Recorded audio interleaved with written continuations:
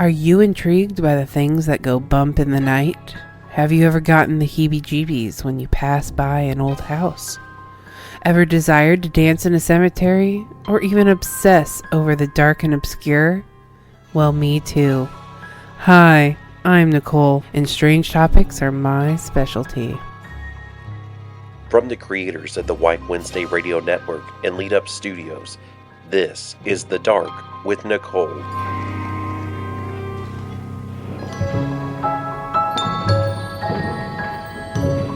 Alright, welcome my bats and baddies to another month of, or episode, of The Dark, where you get to dive into Nicole's brain on a daily basis.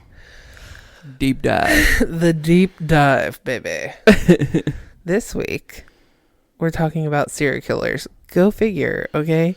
But we're talking about the ones that got away and were never caught. Literally. Bless. I think I saw some of the dates on one, and that looked relatively recent. I know. Yeah. So, we're going to start with homebrewed Ohioan.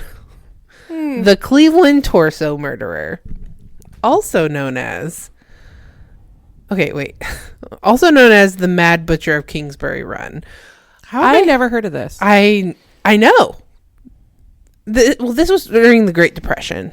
Okay, but still. But also, side note, we're gonna stray from the torso murder for a moment. There was a murderer called the Black Doodler. Okay, his nickname was. He also went by the Doodler. The Doodler, huh? All I could think of was Dungeons and Daddies. Absolutely. And I'm like, they've named a mascot after a murderer. Dungeons and Daddies, please confirm nor deny you knew about this or not, because I'm stressed. Okay, back to the Cleveland torso murderer. He had 12 to 20 victims between 1935 and 1938. So literally beginning of the Great Depression, which is kind of... I'm not going to... Sorry for my brain. It's kind of the best time to do it during a pandemic or epidemic. Some sort of... apocalypse type thing. Because people are distracted. Yes. Yeah. Like, think of how many murders... Like right now? How many murders got away in COVID-19. I know. There's a serial killer in Chicago right now. Yeah. And people don't talk about it enough, but there's an active serial killer in Chicago. Mm-hmm.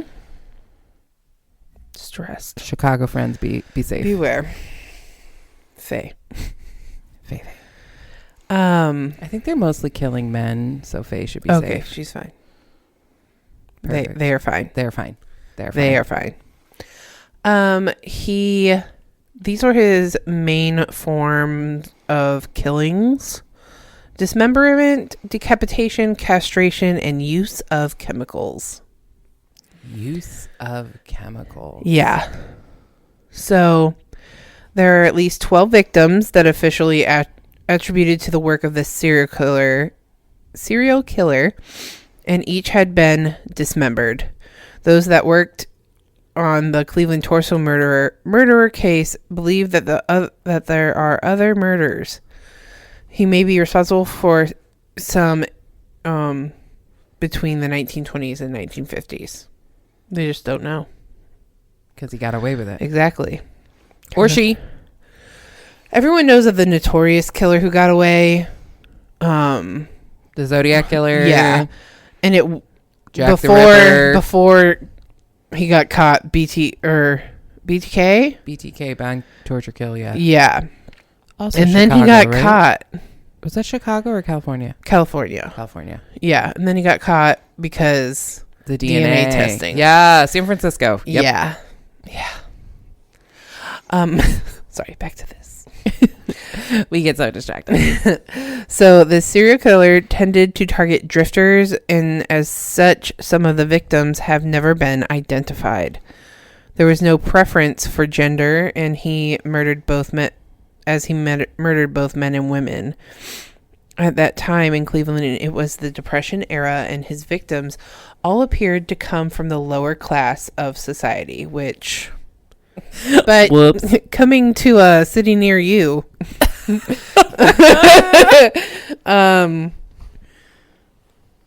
Sorry, each victim was beheaded, and in some cases the torso was cut in half, which leads to the moniker the Cleveland Torso Murderer. I wonder why the torso was cut in half. I don't know. Is it like hamburger or hot dog? I was thinking hot dog, but so like maybe through it the was rib cage, like down. That's what I was thinking, but that's what I'm thinking, because it would make more sense. Like if you're cutting them in half and like opening, yeah. But if you did it the other way, that's a lot of bone to go through. For hamburger style? Hamburger style. Not really. Well, I guess they could cut Your under spine. the rib. Yeah. It's basically your spine. So maybe it's that way. Mm-hmm. Well, okay. Wait, hold on. Okay. And also, sorry to use hamburger and hot dog as a reference, but it was the only way I could describe it. This is the dark. Okay. Welcome to the dark. Yeah. The majority of the male victims had their genitals removed, and some victims displayed evidence of some sort of chemical treatment on their body. Most were discovered long after their deaths, and the advanced level of decomposition. You'll get there. Also made it difficult to identify the bodies. To add to the difficulty, many of the heads were never located. And this was up in like Cleveland? Yeah. Oh, it's in Lake Erie. Oh, for sure. Definitely in Lake Erie. For sure. Elliot Ness was the public safety director of Cleveland during the period of the 12 official murders. Although he wasn't heavily involved in the investigation, he did assist with interrogation of one suspect, Dr. Francis E. Sweeney. I thought it was very fitting that his last name was Sweeney. Ness also oversaw the burning of the Kingsbury Run area. I don't know what they mean by that. I did not research it, but I'm assuming they had to like burn things. The burning of the Kingsbury Run area, which is where the killer abducted most of his victims from. I'm going to continue while you look it up. Whoever the Cleveland Torso Murderer was, he seemed to delight in taunting Ness. At one point, he placed the dead remains of two of his victims directly in the line of sight of Ness's office. I found what it is. Oh, tell me. Ness's burning of Kingsbury Run in 1938, Cleveland safety director Elliot Ness conducted a police raid of the Kingsbury Run shantytown. 300 squatters were evicted and 100 shanty homes were burned to the ground during the raid. Wow. Here's like a picture. I love that. Please save that. Yeah. Put it in the dark for me. And it can be part of a post this week or something. Yeah. Yeah. So he was taunting Ness for sure. And I'm like, who was this guy? You know? I almost just put my nudes in there instead. I mean, also welcomed. Okay. Murders. The first victim attributed to the torso murder was Edward Andrassy, found in the Jackass Hill area of Kingsbury Run. That's what it was called. Literally shantytown. Yeah. So they burned it down because of vagrants. I love vagrancy. That. His body was found on September 23rd, 1935. That is literally the worst day in my brain. What day? September 23rd. Why? I don't know. I've never liked that day. September 23rd. Mm-hmm. No idea why. 9/23. Can't remember why. Which is odd because it has two of my favorite numbers in it. I know. So. And he had also been decapitated and his genitals removed. It was estimated he had been dead for 2 or 3 days, around 30 feet away from the body of a John Doe who also had been decapitated and emasculated. The skin of his body had been exposed to some sort of chemical which made it a red color and leathery. Estimation was that this victim had been dead for 3 or 4 weeks. Weird side note. Yeah, here for it. Obviously I was in the TikTok hole this week. I like watching yard transformations. Yeah. And there was this TikToker guy, and he was recording. He found a body, and he found the body in the van or the truck there. And he's like, you see him look away, and then look back. I also saw that. Oh, yes, that was insane. I know. So that's all. Once you said it had been there for 3 or 4 weeks, all I thought about was that body. Yes. Anyways, it's crazy to me that you can still just find a random body. Like, it's just not you don't crazy think that to it me, happens, but it happens. Yes, exactly. All the time. Yeah. I also like to watch crime scene cleanups. Same. Welcome to the dark. Disgusting. But so good. I'm Welcome like, to you scrape up that congealed blood. You do it. Welcome to the dark, where we're disgusting, but it's okay. We're discussing the disgusting. That should have been a tagline. I'm sorry. Sorry, you failed me. All right, next. Florence Genevieve Polillo was killed somewhere between January 27th and February 7th of 1936. Her body was found in downtown Cleveland and had been dismembered. Her head was never found, and it was believed she had been dead for 2 to 4 days. You want to know? Okay, weird thought with this.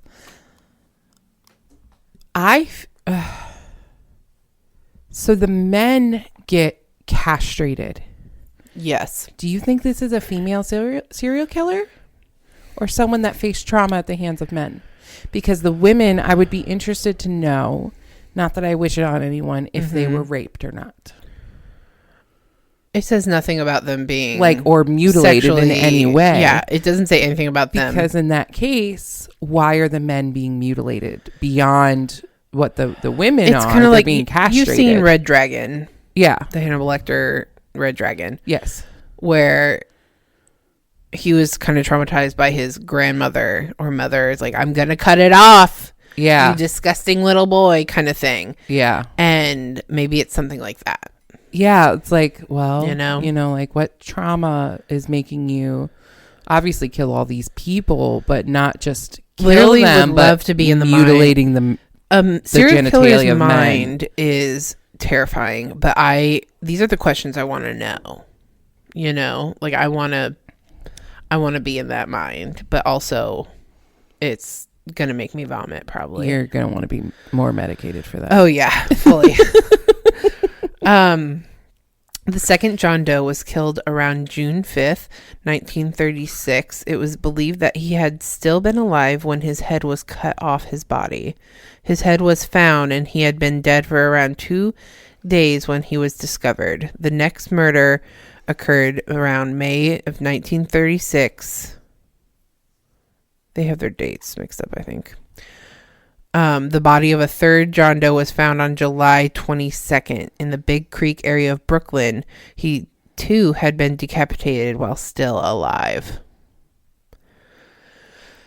On September 10th, 1936, half of a male torso was found in Kingsbury Run. The victim was unidentified, and there was nothing attached to the torso below the hips. His head was never located, and he had been dead for about 2 days. And then the next body missing its head was found on February 23rd, 1937, and the body was female and was never identified. There's other... Oh, gosh. I was like, I'll skip these next 3, but, like, it's Ohio. It's, like, where we live, so I'm, like, intrigued, you know? Yeah. The body of a black Jane Doe was found on June 6, 1937, underneath the Lorraine Carnegie Bridge. The head had been removed along with a rib. The victim had been dead about a year. The body of an unidentified male was found on July 6, 1937, in the Cuyahoga River. The head was never located. A leg belonging to an unidentified female was found in the Cuyahoga River on April 8th of 1938. And then the following month, a thigh was found in the river, and then a sack containing other body parts was discovered under the bridge. In all, the thighs, a foot, a lower leg, and a torso was found. The victim had drugs in their system, unlike the other victims. I wonder what kind of drugs. Well, At that time, probably cocaine. probably. You could get it anywhere. And then the last two victims were discovered on August 16th, 1938. An unidentified female and an unidentified male were found at the lakeshore dump. Both had been decapitated, though both heads were recovered. I wonder how far from the body they were. Mm-hmm. So here's some suspects. Oh, they shit. had. I know. Oh, I know. okay. A Cleveland resident, Frank Duuuuun, was arrested on August 24th, 1939, under suspicion of being responsible for the death of Florence Polillo. 6 weeks after he was arrested, however, Duuuuun died in prison. He was found to have 6 broken ribs, which weren't present before he was arrested. So who knows if he was it. Prison system stuff. Although he had been admitted at one point to killing Florence in self-defense, it is generally believed that he wasn't responsible for her murder or any others. Because that wasn't a self-defense. Yeah, that Type of definitely murder. wasn't self-defense. Another potential suspect was Dr. Francis E. Sweeney, a World War I veteran who had extensive experience with, listen to this, amputations in the field during the war. Sweeney was interviewed by Elliot Ness, the Cleveland safety director at the time, and was given 2 polygraph examinations, which polygraphs are not A reliable source, both of which he failed. Sweeney committed himself to a mental hospital and there was no further evidence to suggest he was the killer.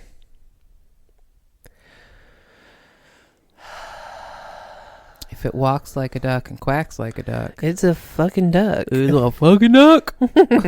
So yeah, there's the Cleveland torso murderer. Okay. Here. Next, the Long Island killer. Okay. Also known as the Gilgo Killer, the Gilgo Beach Killer, the Seashore Serial Killer, or the Craigslist Ripper. Craigslist. Not the This Craigslist is the recent Killer. one. No, I don't think so. Because that's the Craigslist Killer. This is a Craigslist Ripper. Is it the same person? I have no clue. Because the Craigslist Killer, remember, I know someone who knows. Remember? Oh my God. This one is in Memory New York. unlocked. Yes. Yeah, Okay. This one's in New York, not Ohio. All right. I've got my eyes closed and listening. Okay. So this happened in between 1996 and potentially 2016. Like, for sure 2010, but there's other bodies that could have been through till 2016. And his main form of killing was strangulation. So choke me daddy. I was about to say kinky, but then I stopped myself. I'm sorry. And then you said it pretty much. And I'm like, well. Sorry, I was thinking about my writing. She was thinking about being choked, folks. Okay. So the Long Island serial killer was obviously known by many names, but his true identity was never uncovered. It is believed he was responsible for up to 16 murders over a 20-year period, and his victims typically were involved in, you guessed it, prostitution. I was wondering. I'm like, this sounds like mommy issues. Yeah. After the murders were committed, the bodies would be tossed aside along the Ocean Parkway near Gilgo Beach, Oak Beach, and Jones Beach State Park.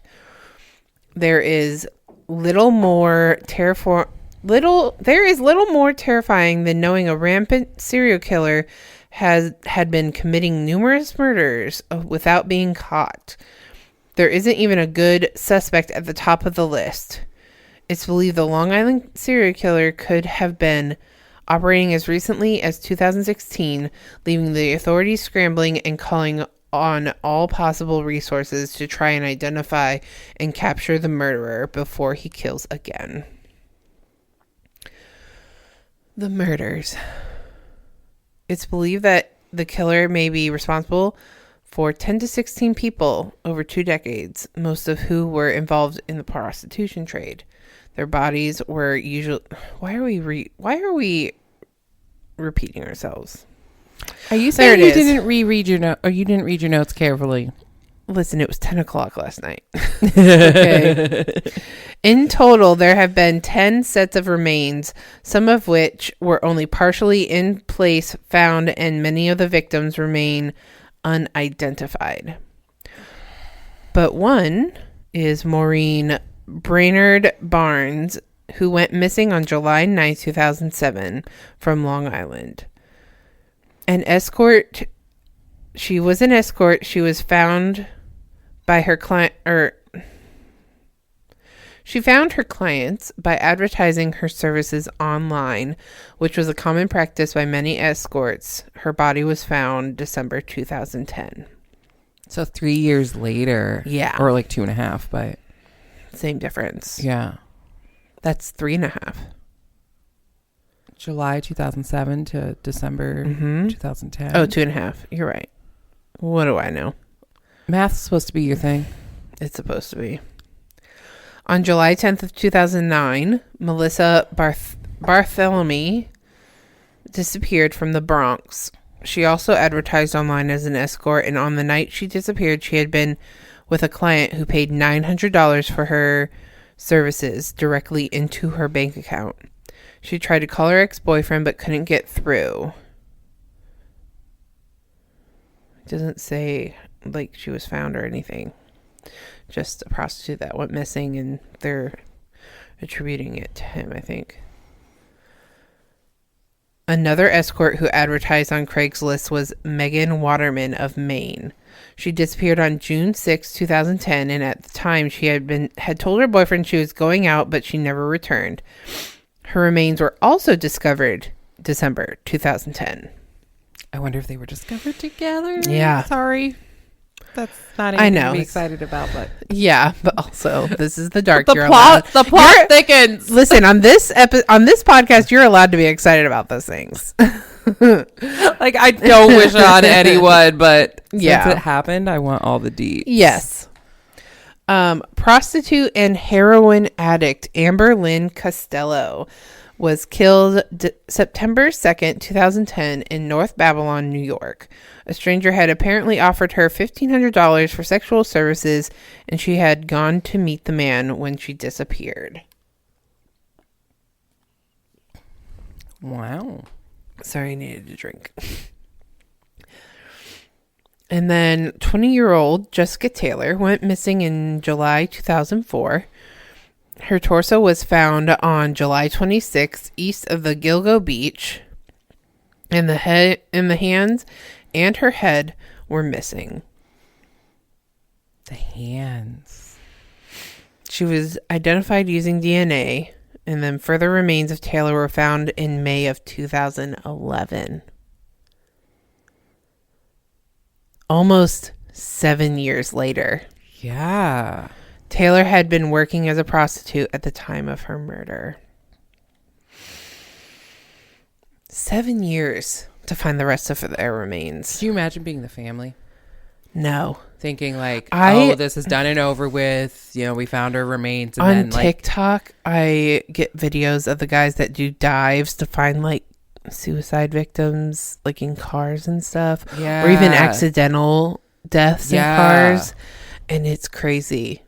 I just saw one this week, and it was like a 20-year-old case. So like, it was crazy to me. You know? Yeah. Well, we have suspects also. Okay, I'm here. This was the profile they were looking for.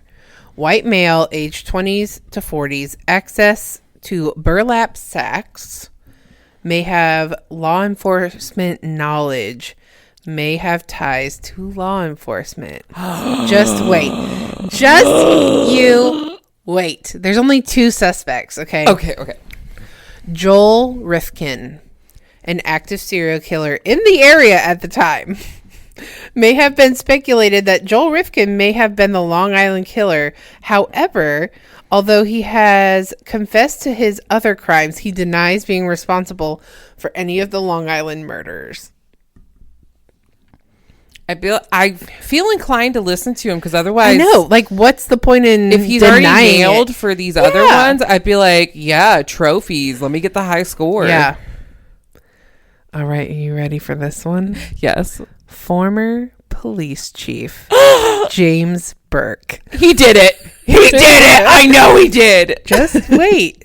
Shannon Gilbert's family raised the possibility, like his, I don't know whose family it is, but raised the possibility that Burke may have been responsible for the murders. He was convicted in November of 2016 for trying to conceal that he had beaten a man who had stolen a bag from Burke's vehicle, which happened to be full of pornography and sex toys. There has been no other evidence to suggest Burke may be responsible or capable of committing these atrocious murders. But why? Like, what was the bag? What was it made of? Probably burlap. It was probably a burlap sack. Literally. Those are the only 2 suspects. I literally, and I'm like, before you said it, you were like, get this. I'm like, it's a police chief. I know it's a police chief. And then you said former police chief. And I was like, fangirl screaming. I've never felt more alive. But yeah. There you go. 2 serial killers. 2 serial killers that were never found. One could still be at large. Yeah. You're welcome for that. Don't go to Long Island. Oh my gosh. I was watching something about the Appalachian Trail and people going missing on The that. Appalachian Trail. Listen, I want to talk about it so bad. But also, there are things that I don't want to talk about.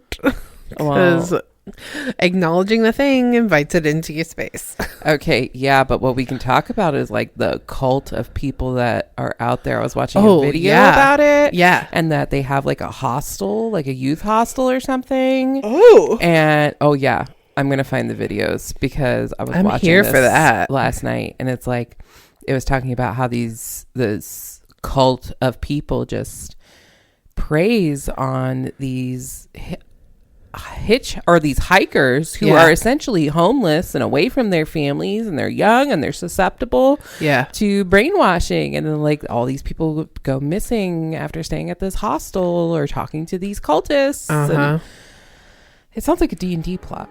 It does. Oh. Just saying. All right, well, keep it spooky, my bats and baddies. Bye. You've been listening to The Dark, a White Wednesday Radio Network production. Our executive producer is Dustin from the Lead Up Studios team in St. Louis, Missouri. Be sure to like, follow, and share us with your friends on Facebook, Instagram, Twitter, and more by searching White Wednesday. You can find The Dark on Apple Podcasts, Spotify, Audible, Google Podcasts, iHeartRadio, and more.